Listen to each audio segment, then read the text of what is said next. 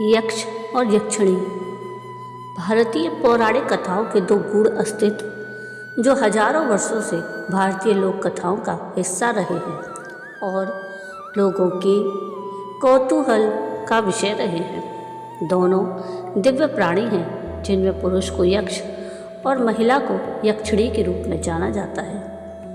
वे लंबे समय से विद्वानों और आम लोगों के बीच आकर्षण का स्रोत रहे हैं। इनको नदी, पहाड़, जंगलों और अन्य पवित्र स्थलों जैसे प्राकृतिक संसाधनों की रक्षा और पहरेदारी करते हुए देखा जाता है। उन्हें शक्तिशाली आत्माएं या देवता भी कहा जाता है जो मनुष्य और प्रकृति के बीच सामंजस्य बनाए रखने के लिए पृथ्वी पर निवास करते हैं। हिंदू पौराणिक कथाओं में यक्षों को पृथ्वी और उसके धन का रक्षक माना जाता है। कहा जाता है कि उनके पास बड़ी ताकत और जादुई शक्तियाँ हैं। राधे राधे, ब्रजधाम चैनल में आप सबका स्वागत है। आज के इस वीडियो में हम एक ऐसे ही महान शिव भक्त हरिकेश यक्ष और उनकी पत्नी यक्षिणी की अद्भुत कहानी सुनेंगे, जिनकी भक्ति देखकर स्वयं महादेव को प्रकट होना पड़ा। एक ऐसे यक्ष जिसने धन, वैभव और अपने परिवार तक को छोड़ दिया सिर्फ भगवान शिव को पाने के लिए। कहते हैं उसकी तपस्या इतनी कठोर थी कि उसका शरीर हड्डियों का ढांचा बन गया। जंगल के पशु पक्षी भी उसे देखकर रुक जाते थे और देवता भी आश्चर्य में पड़ गए थे। लेकिन आखिर कौन थे वो रहस्यमयी भक्त? वो रहस्यमयी भक्त थे महान शिव भक्त हरिकेश यक्ष। लेकिन उन्होंने संसार को क्यों त्याग दिया और भगवान शिव ने उन्हें ऐसा कौन सा वरदान दिया जिसकी चर्चा आज भी काशी में होती है? तो आइए सुनते हैं एक ऐसी रहस्यमयी कथा जो आपके रोंगटे खड़े कर देगी। प्राचीन काल में रत्नभद्र नाम से प्रसिद्ध एक धर्मात्मा यक्ष गंधमादन पर्वत पर रहता था। उनके पूर्णभद्र नामक एक पुत्र उत्पन्न हुआ। अंत में अनेक भोगों को भोग कर उस रत्नभद्र ने शिव ध्यान परायण हो परम शांत शिवलोक को प्राप्त किया। पिता के शिवलोक चले जाने पर पूर्णभद्र ने संतानहीन होने से अपनी भार्या कनक कुंडला नाम की यक्षिणी से कहा, प्रिय, मुझे पुत्र के बिना यह राज्य और महल आदि सब शून्य मालूम होता है। कनक कुंडला बोली, प्राणनाथ, आप ज्ञानवान होकर पुत्र के लिए खेद क्यों करते हैं? यदि यही इच्छा है तो पुत्र मिलने का उपाय कीजिए। इस जगत में उद्यमी लोगों को क्या दुर्लभ है। जो प्राणी प्रारब्ध के भरोसे रहते हैं वह नितांत कापुरुष हैं, क्योंकि अपना किया हुआ कर्म ही प्रारब्ध है और कुछ नहीं। इस कारण प्रतिकूल प्रारब्ध को शांत करने के लिए समस्त कारणों के भी कारणभूत भगवान शिव की शरण में जाना चाहिए। यदि आप सर्वश्रेष्ठ पुत्र चाहते हैं तो भगवान शिव की शरण ग्रहण कीजिए। अपनी पत्नी की बात सुनकर यक्षराज ने गीत वाद्य से भगवान शिव का पूजन कर पुत्र की अभिलाषा पूर्ण की। उसका नाम हरिकेश पड़ा।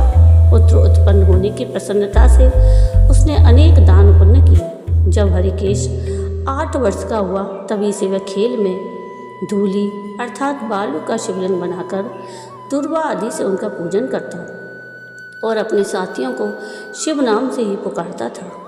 वह रात दिन हे चंद्रशेखर, हे भूतेश, हे मृत्युंजय, हे नीलकंठ आदि पवित्र नामों का उच्चारण करता रहता और मित्रों को प्रेम करता हुआ बार बार इन्हीं नामों से पुकारता रहता था। उसके कान के नाम के अतिरिक्त अन्य किसी को ग्रहण नहीं करते थे। वह शिव मंदिर को छोड़कर किसी अन्य जगह नहीं जाता। उसके नेत्र शिव के अतिरिक्त और कुछ देखने की इच्छा नहीं रखते थे। वह स्वप्न में भी भगवान शिव को ही देखा करता था। हरिकेश की यह दशा देखकर उसके पिता ने उसे गृह कार्य में लगाने की अनेक चेष्टाएं की, किंतु उस पर कुछ भी असर नहीं हुआ। अंत में हरिकेश घर से निकल गया।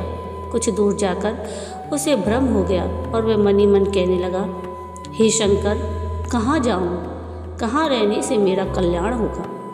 यह सोचकर उसने अपने मन में विचार किया कि जिसका कहीं ठिकाना नहीं, उसका काशीपुरी ही आधार है। इस प्रकार निश्चय कर वह काशीपुरी को गया, जिस अविमुक्त क्षेत्र में पंच भौतिक देह त्याग कर प्राणों का शिव की प्रसन्नता से फिर देह से संबंध नहीं रहता, उस आनंद वन में जाकर तप करने लगा। कुछ समय बाद भगवान शिव ने पार्वती को अपना विहार वन दिखाया। वह अनेक सुगंध युक्त पल्लवों से शोभित था। शिव बोले, हे देवी, जैसे तुम मुझको बहुत प्रिय हो, वैसे ही आनंद वन भी मुझे बड़ा प्रिय है। मेरे अनुग्रह से इस आनंद वन में मरे हुए को जन्म मरण का बंधन नहीं होता, अर्थात वह फिर संसार में जन्म नहीं लेता। पुण्यात्मा के कर्म बीज विश्वनाथ की प्रज्वलित अग्नि में जल जाते हैं, उसी से फिर वे गर्भाशय में नहीं आते। काशीवासी लोगों के देहांत समय में मैं ही तारक ब्रह्मज्ञान का उपदेश देता हूँ, जिससे वे उसी क्षण मुक्त हो जाते हैं।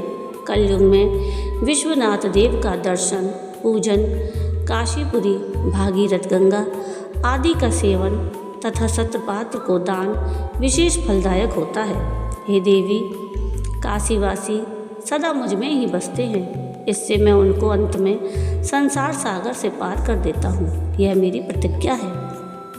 इस तरह वार्तालाप करते करते भगवान शिव उस स्थान पर गए जहाँ ऋषिकेश समाधि लगाए बैठा था।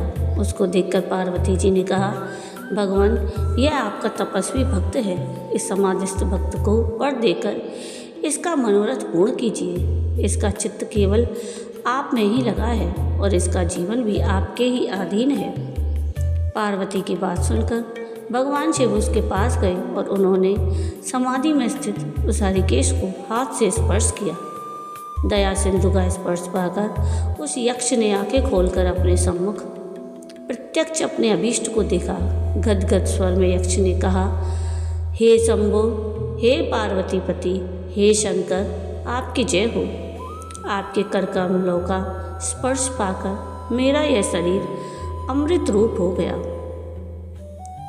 इस प्रकार प्रिय वचन सुनकर भगवान शिव बोले, हे यक्ष, तुम इसी क्षण मेरे वर से मेरे क्षेत्र के दंडनायक हो जाओ। आज से तुम दुष्टों के दंडदायक और पुण्यवानों के सहायक बनो और दंडपाणी नाम से विख्यात होकर सब उद्भट गणों का नियंत्रण करो। मनुष्यों में सत्य, अर्थ नाम वाले संभ्रम और उद्भ्रम, ये दोनों गण सदा तुम्हारे साथ रहेंगे। तुम काशीवासी जनों के अन्नदाता, प्राणदाता, ज्ञानदाता हो और मेरे मुख से निकले तारक मंत्र के उपदेश से मोक्षदाता होकर नियमित रूप से काशी में निवास करो। भगवान शिव की कृपा से वही ऋषिकेश यक्ष काशी में दंडपाणी के रूप में स्थित हो गया और भक्तों के कल्याण में लग गया। जय भोलेनाथ की। तो ये थी भगवान शिव के अनन्य भक्त ऋषिकेश यक्ष की एक रहस्यमयी कथा। आपको आज की ये कथा कैसी लगी मुझे कमेंट करके ज़रूर बताइएगा। और अगर आपको आज की ये कथा पसंद आई हो तो प्लीज़ इसको लाइक शेयर ज़रूर कीजिएगा और प्लीज़ मेरे चैनल को सब्सक्राइब कीजिएगा और कमेंट में राधे राधे ज़रूर लिखिएगा। वीडियो पूरा देखने के लिए थैंक यू। राधे राधे।